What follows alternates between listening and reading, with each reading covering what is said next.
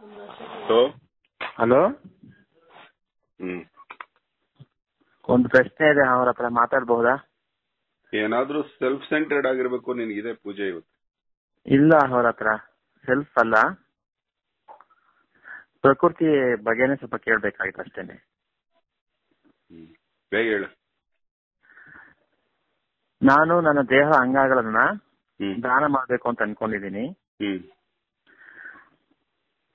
ಇದರಲ್ಲಿ ಒಂದು ಡೌಟ್ ಏನಂತಂದ್ರೆ, ಮೂಲತಃವಾಗಿ ಮೊದ್ಲಿಂದನೂ ದಾನ ಧರ್ಮಗಳು ಮಾಡ್ಕೊಂಡ್ ಬರ್ತಾ ಇದಾರೆ ಜನಗಳು ಅಂಗಾಂಗಗಳನ್ನ. ಅದ್ರ ಎಷ್ಟು ಮಟ್ಟಿಗೆ ಆತ್ಮಕ್ಕೆ ಸರಿ ಹೊಂದುತ್ತೆ ಇಲ್ಲ ಅಂತ ಕೇಳ್ಬೇಕಾಗಿತ್ತು ಅಷ್ಟೇ.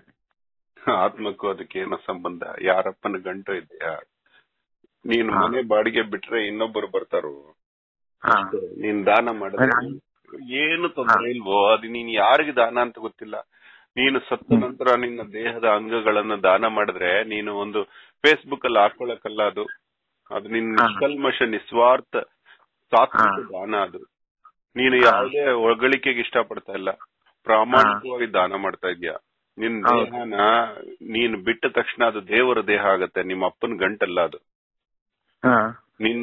ನಿನ್ ಸಂಬಂಧನೇ ಇಲ್ಲ ಆ ದೇಹಕ್ಕೆ. ಆ ದೇಹ ದೇವರ ದೇಹ ಆಗತ್ತೆ.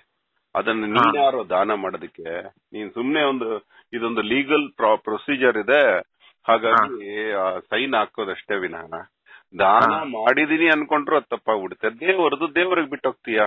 ನೀನು ಬಾಡಿಗೆ ಮನೇಲಿ ಬಂದಿರ್ತೀಯಪ್ಪ, ನೀನು ಬಿಟ್ಟು ಇನ್ನೊಂದು ಮನೆಗೆ ಹೋದಾಗ ಅದನ್ನೇನ್ ದಾನ ಮಾಡ್ತಾ ಇದೀಯಾ ಬೇರೆ ಬಾಡಿಗೆ ಅವ್ರಿಗೆ? ಇಲ್ಲ, ಅಷ್ಟೇ. ಓನರ್ಗೆ ಬರ್ಕೊಟ್ಟು ನಿನ್ ಡಿಪಾಸಿಟ್ ತಗೊಂಡು ಹೋಗ್ತಾ ಇರ್ತೀಯ. ಹಾಗಾಗಿ ಅದು ಓನರ್ ಮನೆ. ಅದು ಓನರ್ ಅಂದ್ರೆ ದೇವರು ಅಲ್ಲಿ. ಅವನಿಗೆ ಬಿಟ್ಬಿಟ್ಟೆ ನೀನು. ಅದನ್ನೇ ದೇಹವನ್ನ ಸತ್ತ ನಂತರ ಸತ್ತ ಅನ್ನೋದು ಕೆಟ್ಟ ಪದ ಅಲ್ಲ, ಅದು ಸತ್ತ ಅಂದ್ರೆ ಸಾತ್ವಿಕ ಪದ. ಅದಕ್ಕೆ ರಾವಣ ಮರಣದ ನಂತರ ರಾಮ ಕಾಲಿಗೆ ನಮಸ್ಕಾರ ಮಾಡಿದ್ದು. ರಾವಣ ಅಂತಲ್ಲ, ಅದ್ರಲ್ಲಿರೋ ರಾವಣ ಸತ್ತೋದ ಅಂದ್ರೆ ರಾವಣ ಬಿಟ್ಟೋದ.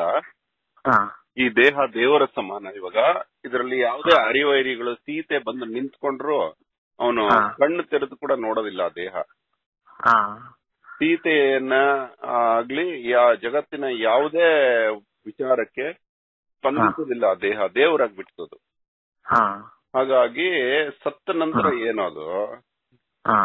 ನಿನ್ಗೇನೋ ಸಂಬಂಧ? ನಿನ್ ದೇಹ ಸತ್ತ ನಂತರ ಬರ್ಕೊಡೋದಾದ್ರೆ ಅದು ನಿನ್ ದೊಡ್ಡತನ. ಯಾಕಂದ್ರೆ ಜೀವಂತ ಇರೋವಾಗ್ಲೇ ಈ ದೇಹದ ಮೋಹ ಬಿಟ್ಟಿದೆಯಲ್ಲ ನೀನು, ಇನ್ನೊಬ್ಬರಿಗೆ ಒಳಿತಾಗ್ಲಿ ಅಂತ ಬಯಸಿದ್ಯಲ್ಲ, ಅದು ನಿನ್ಗೆ ಒಳ್ಳೇದಾಗೇ ಆಗತ್ತೆ ಈ ಜನ್ಮದಲ್ಲಿ ಅಲ್ದಿದ್ರೆ ಮುಂದಿನ ಜನ್ಮಕ್ಕೆ. ದೇಹದಾನ ಮಾಡೋದು ಒಳ್ಳೇದು. ಅದನ್ನ ದುರುಪಯೋಗ ಪಡಿಸ್ಕೊಳ್ಳೋರು ಏನಾದ್ರು ಇದ್ರೆ ಅದು ಕೆಟ್ಟದ್ದು. ಯಾರೋ ನಿನ್ ದೇಹನ ದುರುಪಯೋಗ ಪಡಿಸ್ಕೊಳ್ಳೋದು ಅದೆಲ್ಲ ಕೆಟ್ಟದ್ದಾಗತ್ತೆ. ಅದು ಸದುಪಯೋಗ ಅವ್ರಿಗೆ ಸೇರಿದ್ದು ಅಲ್ವಾ? ನಾನೇ ಸತ್ತೋಗಿದ್ದೀನಂತ ಇನ್ನೇನೋ ಅದ್ರಲ್ಲಿ ನೀನು ಸತ್ತ ಮೇಲೂ ಮೋಹ ಏನೋ ದೇಹದ ಮೇಲೆ. ಹೌದು, ಅದಕ್ಕೇನೆ ನಾನು ಮೋಹನ ಇಟ್ಕೊಳಕ್ ಹೋಗಿಲ್ಲ.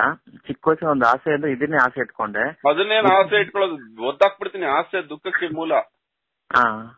ಆಸೆ ಅಂತಂದ್ರೆ ಏನಾದ್ರೂ ಒಂದು ಸಾಧನೆ ಅಂತ ಮಾಡ್ಬೇಕಂತ ಅನ್ಕೊಂಡಿದ್ದು, ಇದೊಂದಕ್ಕಿಂತ ಬೇರೆ ಇನ್ಯಾವ್ದು ಸಾಧನೆ ಇಲ್ಲ ಅಂತ ಅನ್ಸ್ತು. ಅದಕ್ಕೋಸ್ಕರ ದೇಹದಾನ ಅದಕ್ಕಿಂತ ಬೇರೆ ಇದೆಯೋ ಸಾಧನೆ?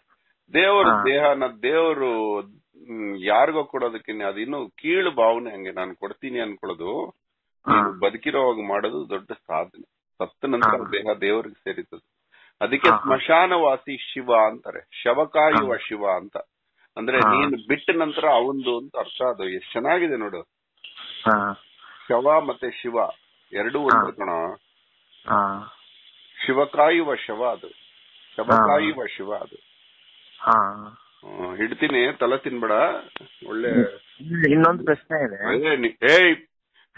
ಹೊರಗಡೆ ಇದ್ರೆ ಒಂದು ಕೆನ್ನೆಗ್ ಬಿಡ್ತಿದ್ದೆ, ಒಂದು ಅಂತ ಹೇಳಿ ಇನ್ನೊಂದು ಕೇಳ್ತೇನೆ. ನೀನ್ ನಿಮ್ಮ ಅಪ್ಪನಿಗೆ ಸಾಲ ದಿನ ಇಡಲ್ಲ. ಇಲ್ಲ, ಇನ್ನೊಂದೇ ಒಂದು ಪ್ರಶ್ನೆ ಅವರ ಹತ್ರ ಬೇಗ. ನಾನು ಚಿಕ್ಕ ವಯಸ್ಸಿಂದ ಜ್ಯೋತಿಷ್ಯ, ಈಲಿಂಗು, ವಾಸ್ತು, ಮತ್ತೆ ಸಂಖ್ಯಾಶಾಸ್ತ್ರ, ಕವಡೆಶಾಸ್ತ್ರ, ಹಸ್ತರೇಖೆ ಶಾಸ್ತ್ರ, ಈ ತರ ಸುಮಾರು ವಿದ್ಯೆಗಳನ್ನೆಲ್ಲ ಅದ್ರೊಳಗಡೆ ಒಳಮಳ ತಿಳ್ಕೋಬೇಕು ಅಂತ ಕಲಿತೆ. ಕಲಿತಾ ಅದು ನನಗೆ ಅದು ಅಪಾಯ ಆಗ್ತದಂತು. ಅದರಿಂದ ಉದ್ಧಾರ ಆಗ್ಲಿಲ್ಲ. ಕೊನೆಗೆ ಏನೋ ಮಾಡದೆ ಬಿಟ್ಟಾದ್ಮೇಲೆ ಮನಃಶಾಂತಿಯಿಂದ ಇದ್ದೀನಿ. ಎರಡೂ ತಪ್ಪೆ. ಅದು ಏನೋದ್ರಿಂದ ಏನೋ ಸಾಧನೆ ಮಾಡ್ಬೇಕು ಅನ್ನೋದು ತಪ್ಪು. ಅದೊಂದು ವಿದ್ಯೆ ಅಷ್ಟೇ. Chemistry, physics. ಫಿಸಿಕ್ಸ್ ಅಂದ್ರೆ ಏನು? ಹಿಪ್ನಾಸಿಸ್ ಅಂಡ್ ರೇಖಿ ಅಂತ. ಅಲ್ವೋ ಫಿಸಿಕ್ಸ್ ಏನು? ಸೈನ್ಸ್ ಅಲ್ವೋ. Chemistry is the branch of science which deals with the study of chemicals. Chemistry ಅಲ್ವಾ? Biology is the branch of science which deals with the life, which may be plants or animals. ಹಂಗೆ astrology, biology ಇದ್ದಂಗೆ astrology is a branch of science which deals with the study of light. Astro means light ಅಂತ ಅಷ್ಟೇ ವಿನ ಅದರಲ್ಲಿ ಏನು ದೊಡ್ಡ ಕೆಟ್ಟದಾಗೋದು ಇಲ್ಲ, ಒಳ್ಳೇದಾಗೋದು ಇಲ್ಲ. ಅದು ನಿನ್ನ ಸ್ವಾರ್ಥಕ್ಕೆ ಅಭ್ಯಾಸ ಮಾಡಿದ್ರೆ ಎಲ್ಲಾ ಸಬ್ಜೆಕ್ಟು ಕೆಟ್ಟದ್ದೇ. ಪರೋಪಕಾರಕ್ಕೆ ಅಭ್ಯಾಸ ಮಾಡಿದ್ರೆ ಎಲ್ಲಾ ಸಬ್ಜೆಕ್ಟ್ಸ್ ಒಳ್ಳೇದೇ. ಹಾಗೆ. ಓಕೆ. ಈ ಹಿಪ್ನಾಸಿಸ್ ಮತ್ತೆ ರೇಖಿ ಅನ್ನೋದು ಕೂಡ ತುಂಬಾ ಪರಿಣಾಮಕಾರಿ ಆಗಿದೆ ಅಲ್ವಾ ಅವ್ರ ಹತ್ರ? ಏನು ಒದ್ದಾಕ್ಬಿಡ್ತೀನಿ, ನನ್ ಪ್ರಾಣ ತಿಂತಾ ಇದೀನಿ. ಯಾವನ ಇವನು? ಯಾವೂರ ನಿಂದು? ನಂದು ಗುಟ್ಟಳ್ಳಿ ಅಂತ, ರಾಜಮಹಲ್ ಗುಟ್ಟಳ್ಳಿ, ಬ್ಯಾಂಗ್ಳೂರು. ಇಡ್ತಾ ಇರು ಫೋನು. ಏನ ಇಲ್ಲ ಹಿಪ್ನಾಸಿಸ್ ಎಲ್ಲ ಏನು ಎಲ್ಲ ಪ್ರಾಣ ತಿಂತಾ ಇದ್ದಾನಲ್ಲಪ್ಪ ಇವನು. ಅದೆಲ್ಲ ಹೇಳಬಾರ್ದು, ಯಾರ್ಯಾರಿಗೂ ಮನ್ಸಿಗೆ ನೋವಾಗತ್ತೆ. ಇಡ ಇಲ್ಲ ಇಲ್ಲ, ಅದರ ಪ್ರಭಾವ ತಿಳ್ಕೊಬೇಕು ಅಂತಾನೆ ನಾನು ಫೋನ್ ಇಡ್ತಾ ಇದೀನಿ, ಇದನ್ನ ಹಾಕ್ತಾ ಇದೀನಿ.